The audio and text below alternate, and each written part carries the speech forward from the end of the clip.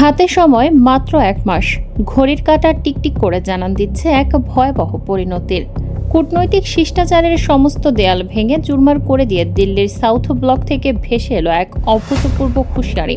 এটি কোনো সাধারণ রাজনৈতিক বক্তব্য নয়, বরং একটি সার্বভৌম রাষ্ট্রের অস্তিত্বের ওপর সরাসরি আঘাত। পর্দার আড়ালে কি এমন ঘটেছিল যার জন্য ভারতের রণমূর্তি আজ এতটা ভয়ঙ্কর? কেন বলা হচ্ছে আর ১ মাসের বেশি টিকবে না এই সরকার? আজ আমরা টেনে খুলে ফেলবো সেই রহস্যময় মুখোশ, উন্মোচন করব দিল্লির সেই গোপন নীল নকশা। দক্ষিণ এশিয়ার ভূরাজনীতির দাবার বোর্ডে গত কয়েক সপ্তাহে এমন কিছু চাল চালানো হয়েছে যা সাধারণ মানুষের কল্পনারও বাইরে। বাংলাদেশের ক্ষমতার মসনদের রদবদল হওয়ার পর থেকেই দিল্লির অন্দরে চলছিল এক গভীর ষড়যন্ত্র। ভারতের শীর্ষস্থানীয় এক নেতার সাম্প্রতিক বক্তব্য বিশ্বজুড়ে তোলপাড় সৃষ্টি করেছে। তার দাবি, তারেক রহমানকে ক্ষমতায় বসানোর পেছনে ছিল দিল্লির এক নিপুণ পরিকল্পনা, কিন্তু সেই পরিকল্পনার ভিত্তি ছিল কিছু অলিখিত চুক্তি যা আজ অসার প্রমাণিত হতে চলেছে। ভারতের জাতীয় নিরাপত্তা উপদেষ্টা অজিত দোভাল, যাকে এই অঞ্চলের রাজনীতির অন্যতম মাস্টার মাইন্ড বলা হয়, তার সাথেই নাকি হয়েছিল সেই গোপন বোঝাপড়া।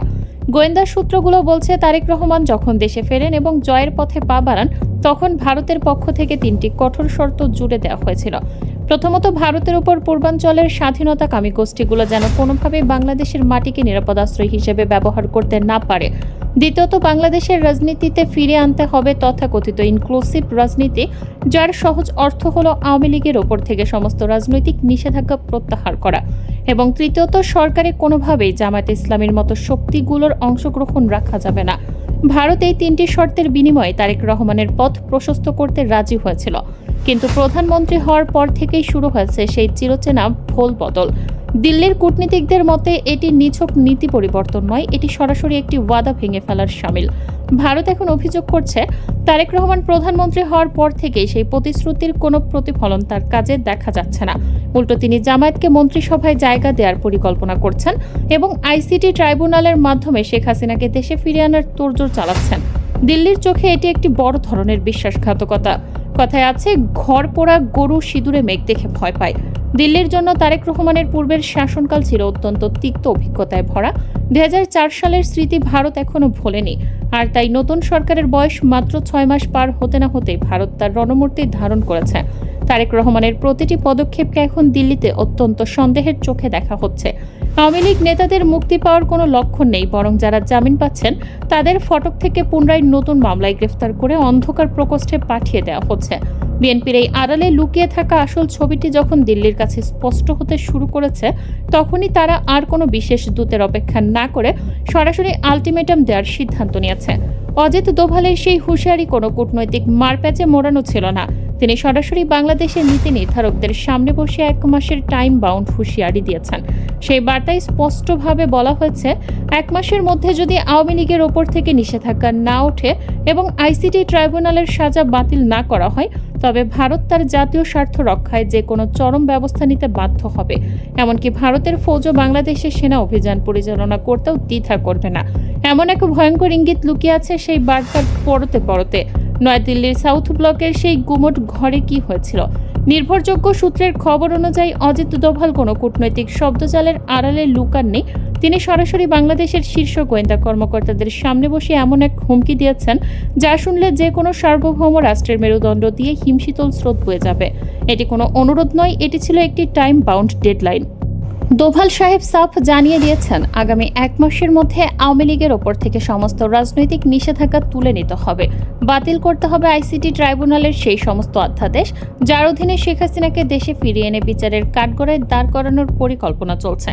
ভারতের স্পষ্ট বার্তা, যদি এই ১ মাসের মধ্যে কোনো কার্যকর পদক্ষেপ না নেওয়া হয়, তবে ভারত তার জাতীয় স্বার্থ রক্ষায় যে কোনো ব্যবস্থা নিতে বাধ্য হবে। আর সেই ব্যবস্থার তালিকায় যে বাংলাদেশের মাটিতে ভারতের ফৌজের পদধ্বনি নেই, তা কি কেউ হলফ করে বলতে পারে? রাজনীতির এই ভয়ঙ্কর খেলা এবং দিল্লির এই নতুন নীল নকশার বাকিটুকু জানতে এখনই আমাদের channel news BD live subscribe করুন, কারণ সত্য প্রকাশে আমরাই সবার আগে। তারেক রহমানের এই ভোল বদল কি দিল্লির জন্য নতুন কিছু? ভারতের নিরাপত্তা বিশ্লেষকরা বলছেন, ২০০৪ সালের সেই ইতিহাস আজ যেন আবার নতুন মোড়কে ফিরে এসেছে। দিল্লি মনে করছে, তারেক রহমান তার জয়ের পথ প্রশস্ত করতে ভারতের যে ৩টি শর্তে একমত হয়েছিলেন, প্রধানমন্ত্রী হওয়ার পর তিনি তা একে একে ছুঁড়ে ফেলে দিচ্ছেন। একদিকে তিনি জামায়াতকে মন্ত্রিসভায় জায়গা দেওয়ার স্বপ্ন দেখাচ্ছেন, অন্যদিকে আওয়ামী লীগকে চিরতরে রাজনৈতিকভাবে নিষিদ্ধ করে দিয়েছেন।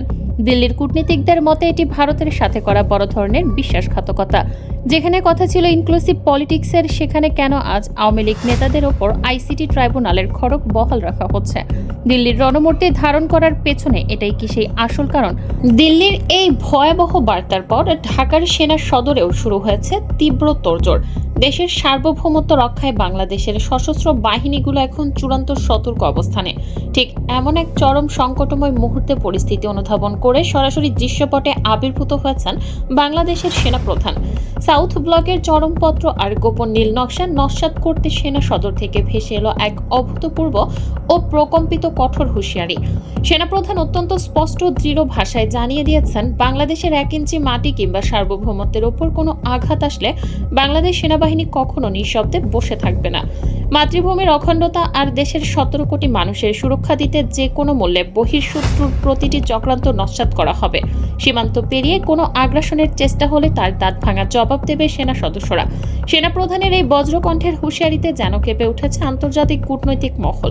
দিল্লির আগ্রাসী মনোভাব আর সেনা অভিযানের পরোক্ষ হুমকির মুখে সেনা সদর দপ্তরের এমন আপোষহীন অবস্থান দিল্লির নীতি নির্ধারকদের রক্ত হিম হওয়ার অবস্থা তৈরি করেছে। বিএনপি এখন যেন ফাটা বাঁশের চেপায়। একদিকে ভারতের সাথে করা সেই অলিখিত চুক্তির দায়বদ্ধতা, অন্যদিকে দেশের মানুষের আবেগ। কিন্তু এই পরিস্থিতির সুযোগ নিয়ে কি আমেরিকা তার নিজের স্বার্থ হাসিল করতে চাইছে? আমেরিকার দালালি করার জন্য কি বাংলাদেশকে অনন্তকালের জন্য প্রস্তুত করা হচ্ছে? দিল্লির সাউথ ব্লক এখন এই প্রশ্নগুলোকেই বড় করে দেখছে। ভারত আজ স্পষ্ট করে মনে করিয়ে দিচ্ছে, 1971 সালে আমেরিকার সমস্ত হুমকি উড়িয়ে দিয়ে ভারতের ফৌজও বাংলাদেশকে স্বাধীন করেছিল।